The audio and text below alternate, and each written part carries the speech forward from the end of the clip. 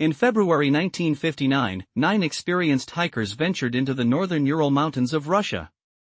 They never returned. Their bodies were found weeks later, scattered across a snowy slope, with strange injuries and mysterious circumstances that have baffled investigators for decades. This is the Dyatlov Pass incident, one of the most perplexing unsolved mysteries of the 20th century. Over the next 10 minutes, we will explore the facts, the theories, and the latest scientific explanations for what happened to the Dyatlov group. By the end, you will have a comprehensive understanding of the case and the evidence that continues to fuel speculation. The group was led by Igor Dyatlov, a 23-year-old radio engineering student. The 9 hikers were mostly students and graduates of the Ural Polytechnic Institute, all experienced in winter trekking. Their goal was to reach Otorten, a mountain in the northern Urals, a journey rated as Category 3, the highest difficulty level for a hiking trip in the Soviet Union. They set out on January 27, 1959, from the village of Vizhai.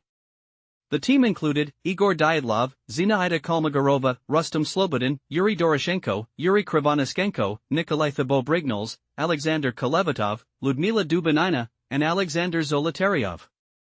All were in good health and well prepared, carrying supplies for 3 weeks. Their route was planned to pass through the pass that would later bear Dyatlov's name. On February 1, the hikers set up camp on the slope of Kholat Syakhl, which means dead mountain in the Mansi language. They intended to descend to the forest the next day, but something went wrong. The last entry in their diary was made on that evening. When they failed to return by February 12, their families alerted authorities. A search party was organized, and on February 26, the tent was found. It was still standing, but cut open from the inside. The group's belongings, including warm clothing and food, were left behind. The bodies of Dyatlov, Kolmogorova, and Slobodin were found between the tent and the forest, about 1.5 kilometers away. They were lying in poses suggesting they had died from hypothermia.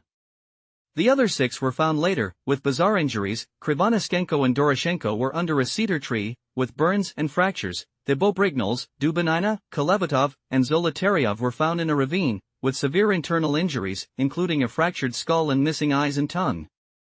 The investigation concluded that a compelling unknown force caused their deaths. The forensic examination revealed puzzling details. Some bodies had high levels of radioactivity on their clothing. Others had suffered catastrophic internal injuries without external wounds, similar to those seen in high-pressure accidents. For instance, Ludmila Dubinina had a fractured sternum and multiple rib fractures, but no external cuts. Her tongue and eyes were missing. Nikolai Thibeaux-Brignoles had a severe skull fracture.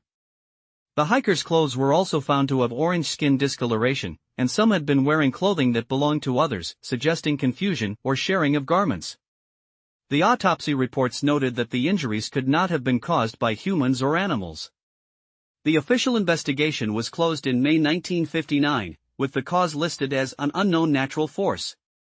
The case files remained classified for decades, fueling conspiracy theories. For years, the most popular theory was an avalanche. In 2019, a team of Swiss and Russian scientists proposed that a slab avalanche was responsible. They used computer simulations to show that a small avalanche could have forced the hikers to cut their tent and flee, and that the injuries found could be consistent with a snowslide. However, critics argue that there were no signs of an avalanche on the slope, and the hikers' tent was not buried. Another theory is that of Katabatic winds, which are powerful winds that flow down a slope. These winds could have created a localized low-pressure zone, causing the tent to collapse and creating panic. But again, the injuries are hard to explain. The most recent research suggests that a rare combination of weather conditions, including a slab avalanche triggered by wind loading, could have occurred. Yet, no theory fully accounts for the radioactivity, the missing eyes and tongue, or the strange skin discoloration. Given the Soviet era and the secretive nature of the region, many believe a military test was involved. The area was known for nuclear tests and missile launches. Some theorize that the hikers stumbled upon a secret military exercise or a chemical weapons test. the high radioactivity on the clothes supports this. Another theory involves infrasound, low-frequency sound waves that can cause panic and disorientation. It is possible that wind blowing across the mountain ridges generated infrasound, causing the hikers to panic and flee. But infrasound would not cause the physical injuries. Yet, the missing tongue and eyes might have been caused by scavengers after death, though the official autopsy claimed no animal activity. The most sensational theory is the Yeti or alien involvement, but these lack evidence. In 2020, the Russian Prosecutor General's office reopened the case.